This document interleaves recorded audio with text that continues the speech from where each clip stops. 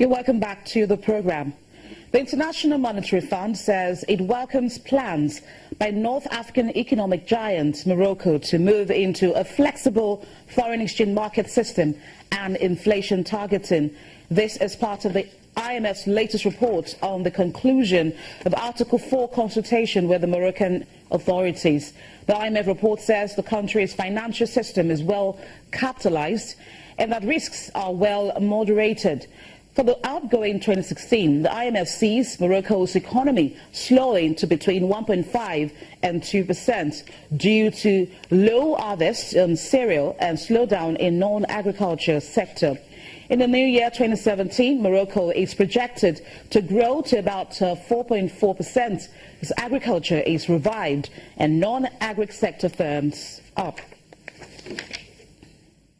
And in line with the Nigerian government's plan to promote the adoption of liquefied petroleum gas as cooking fuel across 40 million households in the next 7 years, Nigerian women in LPG sector are drumming support for the initiative.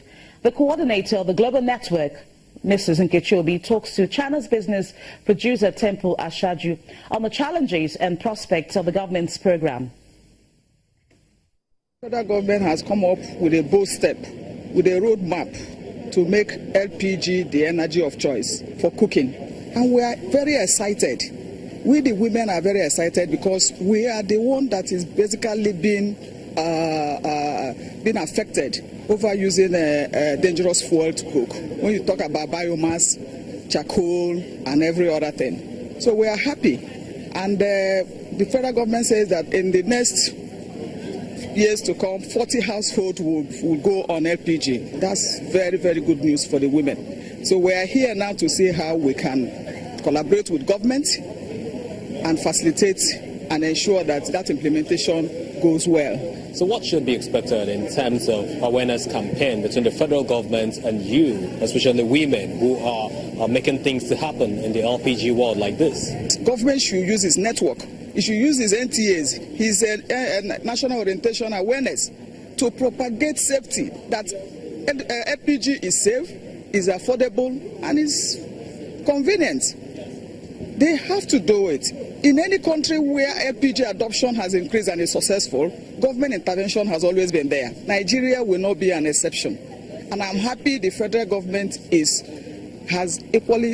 already gearing towards that direction. And they know that they will have to do it.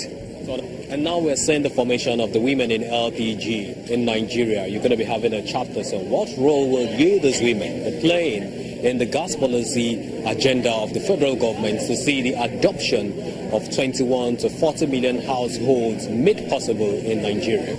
Women in LPG is a global network. And we're going to tap into the resources of the global chapter in terms of technical know-how, in terms of funding, in terms of experience.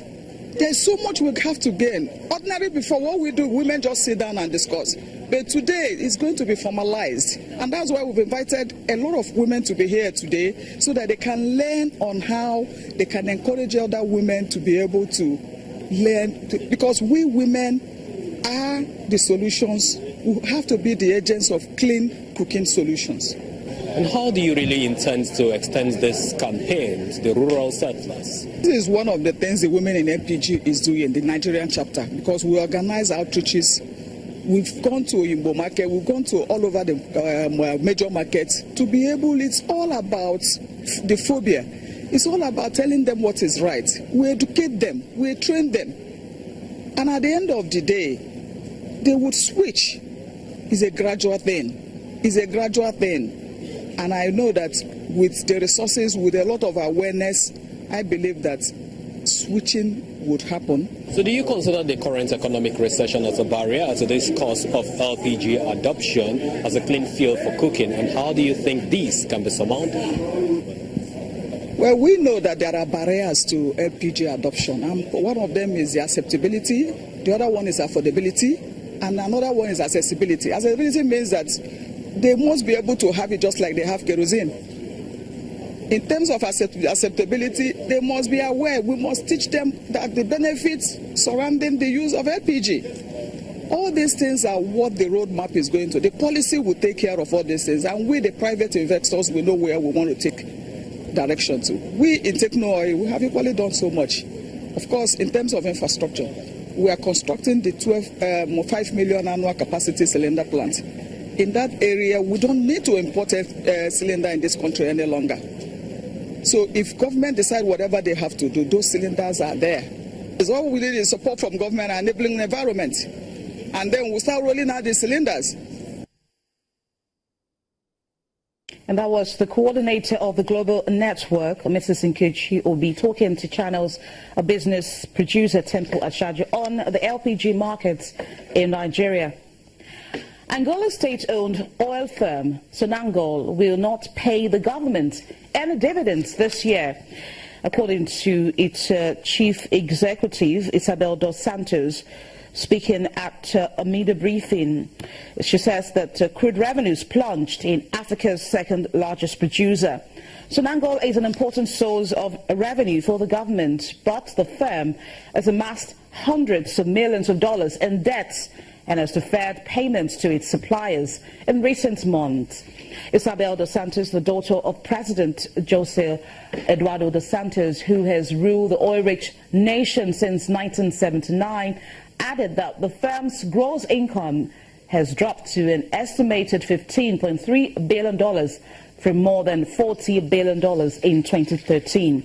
Sonangol's debt is estimated at $9.85 billion, and the firm still needs to find a source of finance for $1.56 billion in payments to suppliers this year.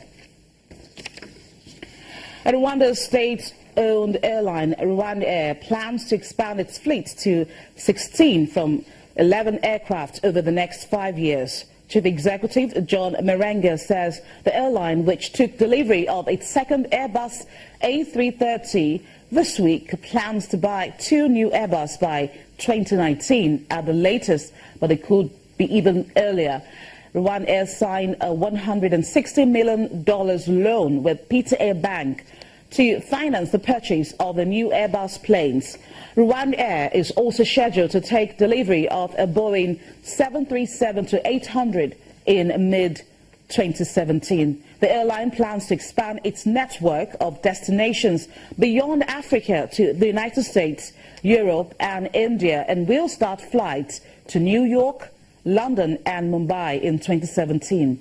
The airline will also be launching 6 new destinations, including Harare, Lilongwe, Conakry and Bamako in 2017. Rwanda Air, the flag carrier of the Central African nation of 11 million people, carried almost 600,000 passengers in 2015 and expects to carry about 780,000 this year. And that brings us to the end of today's edition of Business Incorporated. Thank you for being a part of it. We hope to see you next week. Do enjoy your weekend. I'm Bolaji Akiwale.